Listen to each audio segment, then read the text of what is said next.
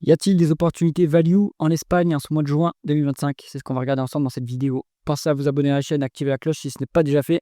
On commence tout de suite avec les paramètres du screener value. Donc on se prend les titres, cotation principale en Espagne sur un panel d'industrie. J'enlève immobilier, automobile, banque, assurance et pharmaceutique. On prend des market cap de 100 millions d'euros. Il va entreprise sur EBITDA de maximum 7 fois. Un rendement des capitaux investis de 7% minimum et une dette nette sur EBITDA de 3 fois maximum. On y va. Premier groupe, alors, avant de présenter les groupes, les colonnes du screener, donc les symboles de cotation boursière, de nom d'entreprise, l'industrie dans laquelle elle opère, la capitalisation boursière en dollars, croissance du chiffre d'affaires en rythme annualisé sur 5 ans, les multiples de valorisation ici, en termes de VE sur EBITDA, ratio coût-bénéfice, ratio cash flow, la valorisation en termes de prix sur actifs tangibles, rendement des capitaux investis, le rendement des fonds propres, la dette en termes de dette nette sur EBITDA, le rendement du dividende s'il y en a un, le rendement de l'actionnaire ici, free cash flow par rapport au bénéfice net et le payout ratio qui est la proportion de bénéfices net versés en dividende. Première entreprise de la liste, c'est Cementos Molins. Alors eux, ils font du ciment et des matériaux de construction. Ça, c'est un secteur que j'aime bien. Ça a bien réussi sur Vicat. Alors, on est sur 2 milliards de dollars de market cap, c'est quand même une grosse mid-cap. 12% de croissance du chiffre d'affaires en rythme annualisé sur 5 ans. À mon avis, la croissance externe là-dedans. Et puis aussi la croissance des prix, on va dire. Alors qu'il faut regarder plutôt aussi en volume ce qui se passe pour ce genre d'industrie. 6 en VE sur EBITDA, c'est pas cher. 10,2 en ratio court-bénéfice. C'est c'est légèrement au-dessus de la zone value, mais ça reste correct. On n'a pas les free cash flow d'afficher ici, malheureusement. Bon, alors, on est sur vraiment des capitaux investis à 7,3%, ce qui est pas mal. On est quasiment cash net, un dividende de 4%. Donc 4% sur 2 milliards, ça fait, ça fait quoi 40 millions de versés sur un bénéfice net de 200 millions. Donc on est très soutenable sur ce dividende. Donc ça, c'est un petit dossier, à mon avis, qui vaut le coup d'œil. Hein. Ça m'a l'air intéressant. Pas trop endetté, assez rentable pour ce type d'industrie qui est intensive en capital. Et puis une bonne croissance. Donc pas mal. Ensuite, on est sur Miquel y Costas.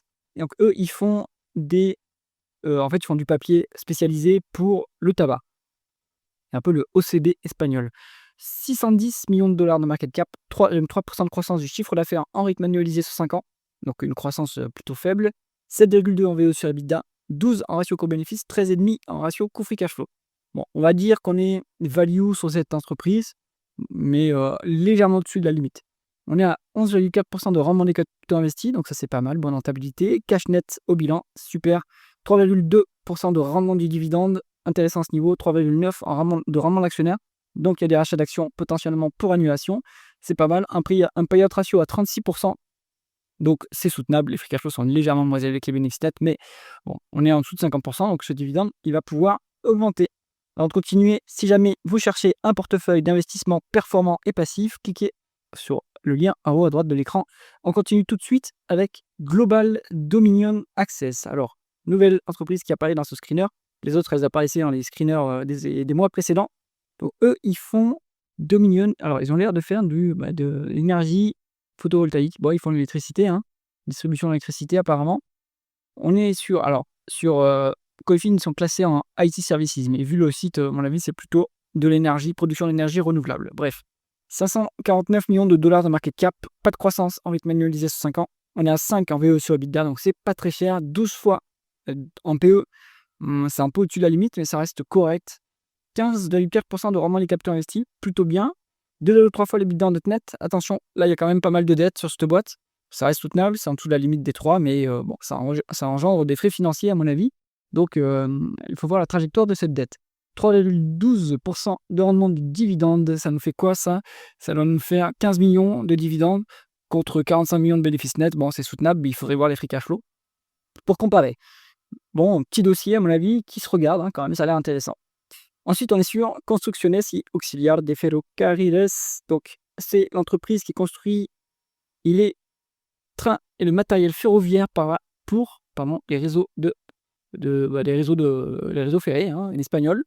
Donc, c'est une boîte qui est dans le fonds Europe ou France d'indépendance AM. Donc, c'est un petit dossier que William Higgins affectionne. 1,9 milliard de dollars de market cap, 10% de croissance du chiffre d'affaires en rythme annualisé sur 5 ans. Plutôt une bonne croissance. À mon avis, la croissance externe, quand même, c'est un secteur qui est plutôt mature. On est à 6,9 en VE sur EBITDA, donc ça, c'est value. 15 en ratio coût-bénéfice. Bon, ça c'est un peu cher. Dommage qu'il y ait pas les free cash flows affichés, mais c'est une boîte qui est à mon avis plutôt, émettrice de flux, hein, donc elle a plus besoin de réinvestir pour la croissance organique. Donc les free cash flows doivent être plus bas que les bénéfices nets, plus élevés que les bénéfices nets, pardon. Donc à mon avis, c'est quand même value, hein, à ce niveau. On est à 12,8 en rendement des capitaux investis, pas mal. 1,1 fois l'EBITDA en dette nette, le bilan est solide.